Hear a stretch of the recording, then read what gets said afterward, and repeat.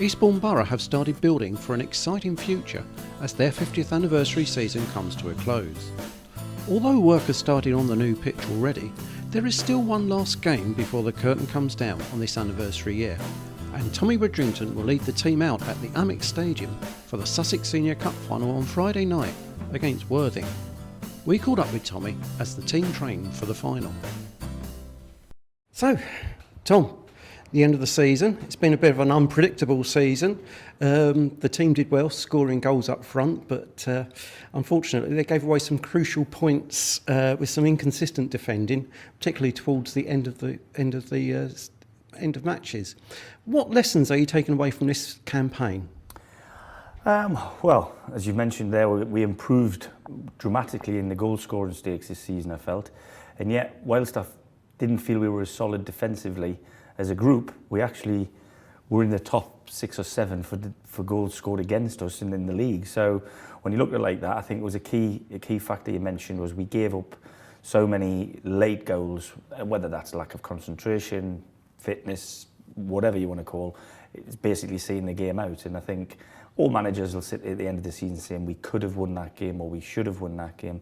And they usually have 2 or 3 in mind, but I think I could go through probably half a dozen, maybe as far as 10, and think, you know what, we gave points back to teams that we probably shouldn't have. Now, you got to give credit to certain sides who've managed to get a goal, but you know, it's a little bit like Liverpool the other week there when they're losing a game and they go all out to get an equaliser and they win a game and it looks tactically genius, but it's actually thrown a bit of caution to the wind, and we weren't able to handle that caution to the wind approach from oppositions on occasions. I think that comes with maturity. We probably need 1 or 2 more men around the place. But you know, I don't think it's been a poor season. I think we had a poor end to the season, certainly in terms of results. But we've got an identity the way we play the game. Like I said, we've been fairly free scoring. We've got one lad who got over 25 goals. We had a midfield player get 9 goals. So you know, there's been improvement, but I think the league itself, as you look at the final table, was so close. You know, going into the Easter break, we had a realistic chance of still being in the playoffs, and we weren't in that position the season before. So from my point of view, the general season has been okay. We'd love to have finished in the top half of the table, obviously, but like you said, we just threw away too many points towards the end of games this year, and something that we will be remedying. The closed season always means new budgets and comings and goings of players. Sadly, we've lost fans' favourite Darren Lock to the Far East already. So how are things shaping up generally for next season? Well, firstly, I would say I'd like to personally thank Darren for everything he did for us. I thought he'd had a great spell. He's been somebody I've really enjoyed working with. Now, I think you meet a more honest lad, more hard-working lad, and him being local adds to the mystique of that as well, to be fair. And whilst he's made his decision to go off and pursue other things, I completely understand why, and I wish him all the very, very best. It's a big step for him.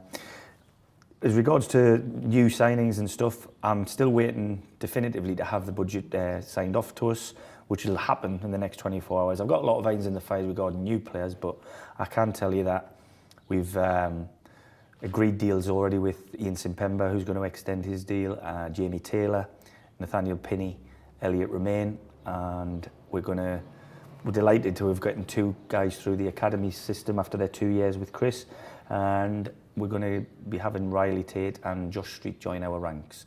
Like I said, if you add to them people who are already contracted for next year, which is Bauer Bosma, Lewis Carey, Craig Stone, Ryan Worrell, we've probably got around 10 or 11 already in the building, but I'm looking to probably double that number with a healthier budget this year, hopefully, and add another day's training to the schedule, which I think ultimately can only improve us as a group. And I'm really excited by that. There will be some new faces, it always happens.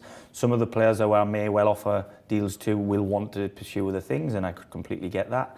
But they've been a really good group of lads to work with. They're honest, they're young, they're hard-working, and they haven't given me that many problems. Give me a few more grey hairs, but not too many problems. But it sounds like a very good, solid nucleus that you've already got on books. Yeah, I mean, I think our goalkeeper has been excellent for the 2 seasons he's been here, and we forget he's still only 22. Ian Simpemba has been a model for anybody to follow. Jamie Taylor's had the desired effect. He's a little bit like Benjamin Button. He seems to be getting younger, not older. Whilst he's 32 or 33, he's as fit as a fiddle, and he loves being here. And I'm delighted that he's come to me and said, I don't want to go anywhere else. We'll sort something out, and we've managed to do that. So yeah, and with Nat scoring 25 goals as he has, plus for him to be as committed as he is really good news for Eastbourne Borough. I think there'll be a lot of disappointed managers, certainly in this level and above, who thought they might have had a sneak at getting him. But he's earned his deal, to be fair. He's done really well. Turning now to Friday night, although there's a cup final at Wembley the next day, the real action is the Sussex Senior Cup final the night before at the AMEX. As we know from the 50th anniversary documentary, the Sussex Senior Cup is part of the folklore of the club. The AMEX is a terrific stage, so just how much are you looking forward to leading the team out on Friday, and what does it mean to you personally? Yeah, I'm really looking forward to the occasion. I have been a little bit perturbed about the timings of it. Like I said, it's 3 weeks almost to the day since our last game, and Worthing's, to be fair to Worthing. But you know, schedules have to be adjusted because of Brighton's situation. And of course, hopefully by then they will have got through the playoffs, but we don't know that yet. What will it feel like? I mean, like you said, there's a lot of history in the competition for the club, and it will be a fantastic way to end an era, if you like. 50 years, you know, you're closing the curtains on the first 50 years. The pitch is coming up. There's a new era going on. It will be a great way to finish it. But I'm sure Worthing have got their idea of how they want to finish their season. They've had a particularly successful season, culminating in their promotion to the Ryman Premier. So, you know, we're not going to take anything for granted. It's a cup competition, and they're notoriously known for making the bigger team or the higher ranked team slip up. So we've got to make sure we're not one of them statistics. But we are treating Worthing with the utmost respect. I watched them myself in the semi-final of their playoffs, and Chris went and watched them in the final against Faversham. So we've got an idea how they play. I'm sure they have an idea how we play, and I'm looking forward to a good game. Both teams are fairly free scoring. It's a fantastic venue, as you said. Hopefully there'll be a couple of thousand, maybe more than that, in there to watch, and it'll be a good evening. Like you said, a good precursor to the cup final the next day. So the team are up for it? They're looking forward to it? Well, yeah. I mean, like I said, we've had a week's break from training. We've been in on Monday morning and Wednesday morning of the week leading into the cup. So the one thing the break's done is given anybody, and we had 3 or 4 that were really, really tired at the end of the season. You know, some of these young lads have never played 35 games, and they were getting a little bit leg weary and feeling the odd strains and pulls here and there. But everybody's fitting well, and I should have a full squad to pick from. So that makes it great in terms of my options. But it means 1 or 2 will be disappointed because they don't start the game, and actually 1 or 2 might even be in the 16. So they're things that I'm not looking forward to having to do, but you have to do them. But we'll be picking the strongest team we feel we can to try and win 1 football match, which is what it is. I mean, you mentioned about Worthing, and you've already looked at them, and obviously they're on a crest of a wave themselves, having got their own promotion through their playoffs. So do you see this as a game for Worthing to win, or one for the Sports to lose?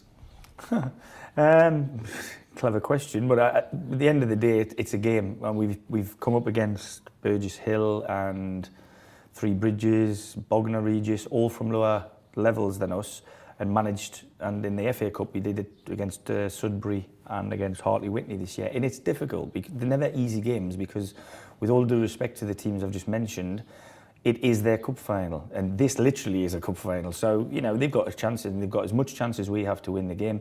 We will certainly not arrive at the AMEX expecting to win. We will go there and plan the way we would plan as if we were playing against Sutton United, who won our league. So, you know, like I said, we'll pay them the respect that they deserve. They're in the cup final with us, and let's hope both teams put on a good show, and on the day, the best team will win on the night. So what kind of match are you expecting? I'm expecting a good free-flowing football game. They're very much on their front foot. They've got used to winning games this season, Worthing have. And I expect them to try and put their game on us, as simple as that. We've looked at what we feel we could combat their strengths with, and also hopefully if they have a weakness or two, then we hope to be able to exploit that with our strengths. So, like I said, it's a one-off game. I'm sure both teams will be right up for it. Like you said, the venue's excellent with a good crowd in there. I'm looking forward to a good evening. That sounds great. And As you mentioned, everything seems fine with the players, that there are no problems for Friday night. No, like I said, the couple of weeks between our last league game and now has given a couple of lads a little bit of breather and time to get over the little knocks and strains they've got. So looking forward to being able to pick from a full complement. Tom, that sounds great. Well, the end of the season can't be bad when it finishes with a cup final. I wish you luck for Friday night, and our best wishes go to you and the team. Thanks very much, Graham. I appreciate that.